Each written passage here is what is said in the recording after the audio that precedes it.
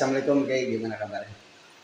Waalaikumsalam warahmatullahi wabarakatuh. Alhamdulillah kabar saya baik. Mudah-mudahan kabar antum juga baik sehat. Baik, Bismillah, Alhamdulillah, wassalatu wassalamu ala Rasulillah Muhammad ibn Abdullah. Amma ba'du. Mudah-mudahan hari ini kita mendapatkan berbagai kita minta dari Allah Subhanahu wa Ta'ala, dan semoga kita diberikan kemuliaan pada yang sehat. Amin ya rabbal alamin. Pandangan saya, bus itu merupakan sebuah panggilan atau julukan bagi anak laki-laki di kalangan daerah Jawa, terutama daerah Jawa Tengah dan Jawa Timur. Namun di tempat lain pun ada, seperti Jawa Barat ada yang dipanggil Ajengan, ada juga yang dipanggil Aang, serta di daerah-daerah lain.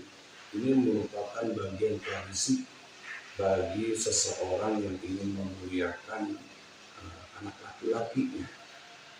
Maka bahasa atau panggilan bus ini adalah merupakan tradisi bagi anak laki di kalangan Jawa, khususnya Indonesia. Tetapi ini juga merupakan bagian daripada panggilan istimewa untuk seorang anak kiai yang latar belakangnya mereka memiliki pesantren, memiliki akhlak yang baik, dan memiliki keilmuan yang cukup, sehingga anak-anak para kiai itu dipanggil bus untuk memuliakan anak seorang kiai atau anak seorang guru. Maka siapapun di antara orang lain bisa dipanggil bus. Yang penting latar belakang mereka adalah satu, mereka anak kiai, punya akhlak yang baik, tutur kata yang arif dan bijak, sopan santun, dan keilmuan dalam dirinya, sehingga gelar bus ini bisa disebutkan bagi orang-orang yang memiliki keilmuan dan akhlak yang baik. Artinya kata Gus atau sebutan Gus itu memang kalau secara yang Kiai paham, artinya secara Islam, dia harus memiliki kriteria tertentu baru bisa dinobatkan atau disematkan dikatakan Gus itu Kiai. Ya. Jadi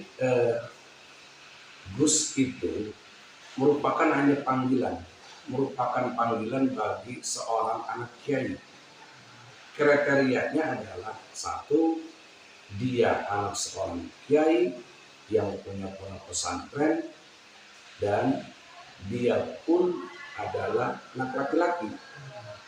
Untuk kriterianya yang lain, salah satunya adalah keilmuan.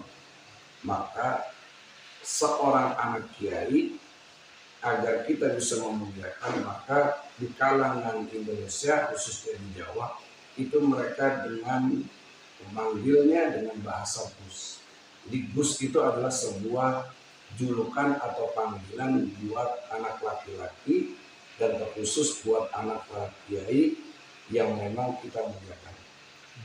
Masyarakat tuh sebenarnya pengen tahu Gus itu harus seperti apa sih sampai dibilang tuh Gus. Ya, begitu dimuliakannya sebutan Gus atau gelar yang disematkan yang Kiai barusan jelaskan.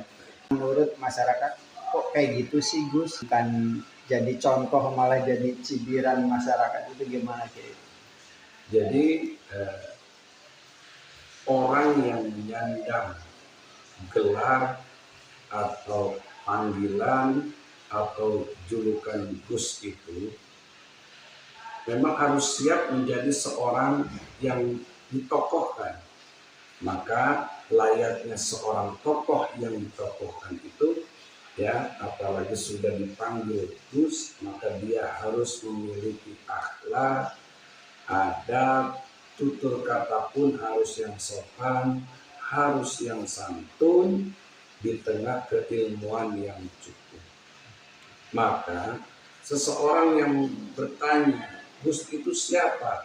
Gus itu panggilan dan julukan yang disematkan atau dikhususkan untuk anak-anak kiai yang mereka latar belakangnya punya pesantren. Lalu bagaimana sih seorang yang sudah dipanggil Gus?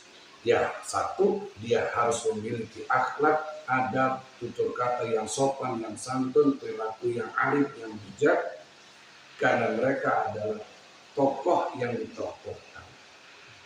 Namun belakangan ini terjadi gelar Gus itu banyak diambil dan mudah digunakan kepada siapapun, sehingga bahasa Gus itu akhirnya dimanfaatkan bagi orang atau oknum-oknum yang tidak bertanggung jawab.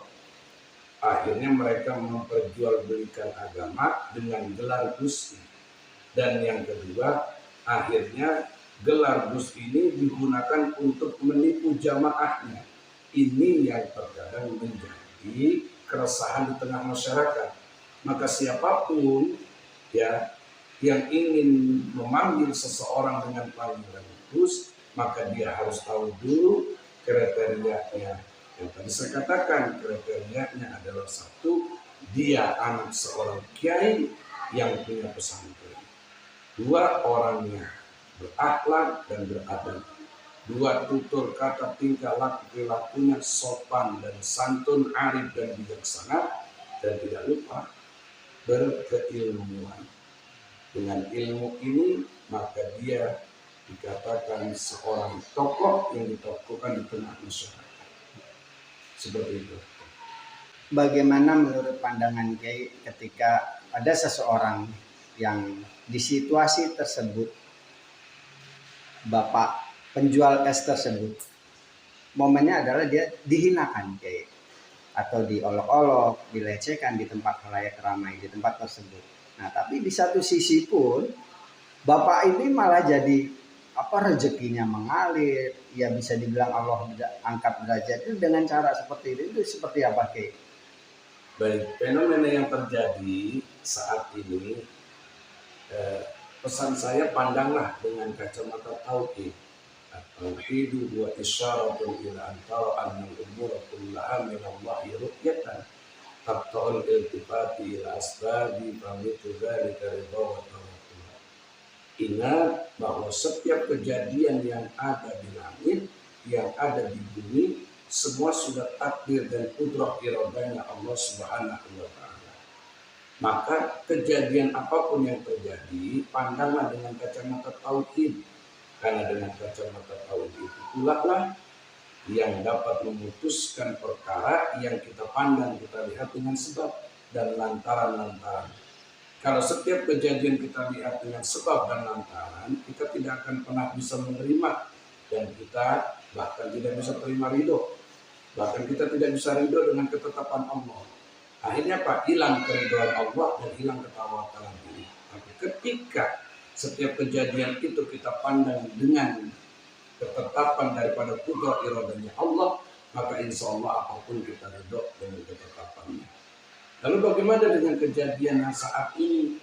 Itulah Allah, bahwa Allah berkuasa mengangkat derajat seseorang dan Allah juga berkuasa merendahkan derajat seseorang.